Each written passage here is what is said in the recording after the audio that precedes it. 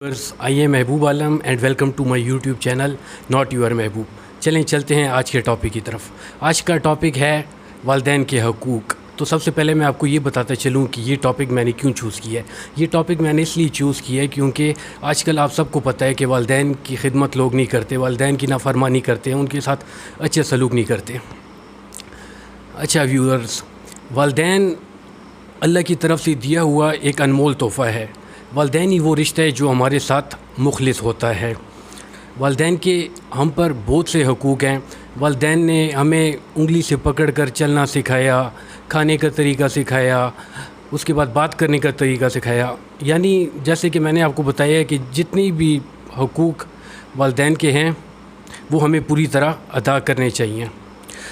لیکن ہوتا کیا ہے کہ ہم جب بڑے ہو جاتے ہیں, جوان ہو جاتے ہیں, تو والدین کے ساتھ اچھے رویے سے بات نہیں کرتے.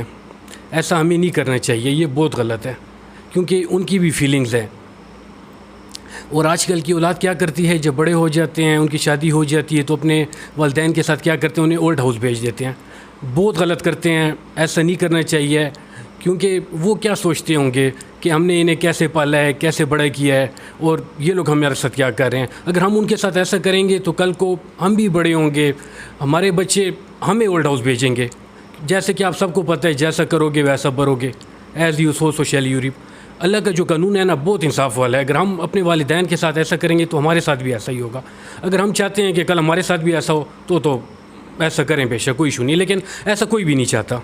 آپ صلی اللہ علیہ وسلم کے پاس ایک صحابی آیا کہ یا رسول اللہ, میرے اوپر سب سے زیادہ حق کس کا ہے؟ آپ صلی اللہ علیہ وآلہ وسلم نے فرمایا کہ تمہارے اوپر سب سے زیادہ حق تمہاری ماں کا ہے. اس نے پھر سوال پوچھا کہ اس کے بعد کس کا ہے زیادہ حق؟ تو آپ صلی اللہ علیہ وسلم نے فرمایا کہ تمہاری ماں کا ہے. تیسری بار یہی سوال پوچھا, آپ صلی اللہ علیہ وسلم نے پھر بھی ماں کا بتایا. چوتھی بار پوچھا کہ یا رسول اللہ, اس کے بعد کس کا حق ہے؟ تو رسول اللہ صلی اللہ علیہ وسلم نے فرمایا کہ تمہارے اوپر اس کے بعد تمہارے باپ کا حق ہے. یعنی 3 حق ماں کے ہیں. یعنی ماں کی خدمت 3 گنا کرنی چاہیے, باپ کی بھی کرنی چاہیے زیادہ, لیکن ماں کا زیادہ حق ہے. حدیث سے پتہ چل رہا ہے. ایک اور جگہ ارشاد ہے کہ جب تمہارے والدین بڑھاپے پہ پہنچ جائیں, یا تمہارے والدین بڑھاپے پہ پہنچیں, ان میں سے کوئی ایک یا دونوں بڑھاپے پہ پہنچ جائیں تو انہیں اف تک مت کرو. ایک اور جگہ ارشاد ہے کہ والدین کی رضا میں اللہ کی رضا ہے, اور والدین کی ناراضگی میں اللہ کی ناراضگی ہے. یعنی اگر والدین آپ سے ناراض ہیں تو اللہ بھی آپ سے ناراض ہے, اور اگر والدین آپ سے راضی ہیں تو اللہ بھی آپ سے راضی ہے.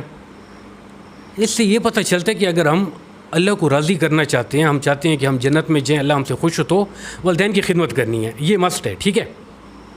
1-2 واقعے میں آپ کو بتاتا ہوں. ایک واقعہ بیان کرتا ہوں کہ ایک صحابی آپ صلی اللہ علیہ وسلم کے پاس آئے کہ یا رسول اللہ, میں جہاد پہ جانا چاہتا ہوں, لیکن میرے جو والدین ہیں وہ ضعیف ہیں, بڑھاپے میں ہیں, لیکن میرے والدین یہ نہیں چاہتے کہ میں جہاد پہ جاؤں, تو کیا میرا جہاد پہ جانا قبول ہوگا؟ تو رسول اللہ صلی اللہ علیہ وسلم نے فرمایا کہ واقعی اگر ایسا ہے کہ تمہارے والدین ضعیف ہیں, بڑھاپے کی عمر میں ہیں, تو تم جہاد پہ مت جاؤ, تم ان کی خدمت کرو, اپنی والدین کی خدمت کرو.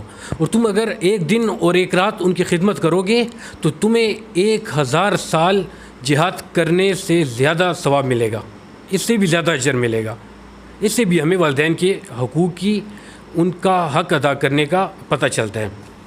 ایک اور جگہ فرمان ہے, ایک صحابی آپ صلی اللہ علیہ وسلم کے پاس آتے ہیں کہ یا رسول اللہ, میں نے اپنی ماں کو کندھوں پر بٹھا کر حج کے لیے لے کر گیا اور انہیں حج کروایا, اور حج اس طرح کروایا, گرمی کی شدت اتنی تھی کہ اگر گوشت کا ٹکڑا بھی زمین پہ پھینکا جائے تو وہ بھی پگھل جائے, یعنی اتنی گرمی تھی. تو کیا میں نے اپنی ماں کا حق ادا کیا؟ تو رسول اللہ صلی اللہ علیہ وسلم کا جواب کیا تھا؟ رسول اللہ صلی اللہ علیہ وسلم نے فرمایا کہ نہیں, تم نے شاید تمہاری ماں جب تم چھوٹے تھے, انہیں جب تک رات کو 1 رات تمہارے لیے جاگی, اس وقت کا شاید تم نے اس کا حق ادا کیا ہو. ایک اور جگہ صحیح الجامع سے روایت ہے کہ آپ صلی اللہ علیہ وسلم کا ارشاد ہے کہ 3 طرح کے جو انسان ہیں ان کے فرض نماز ادا نہیں ہوتی. نوافل یا سنتوں کی بات نہیں کر رہے, فرض نماز بھی ان کی ادا نہیں ہوتی. کن کی؟ جو والدین کا نافرمان ہو. سیکنڈ پہ کون ہے؟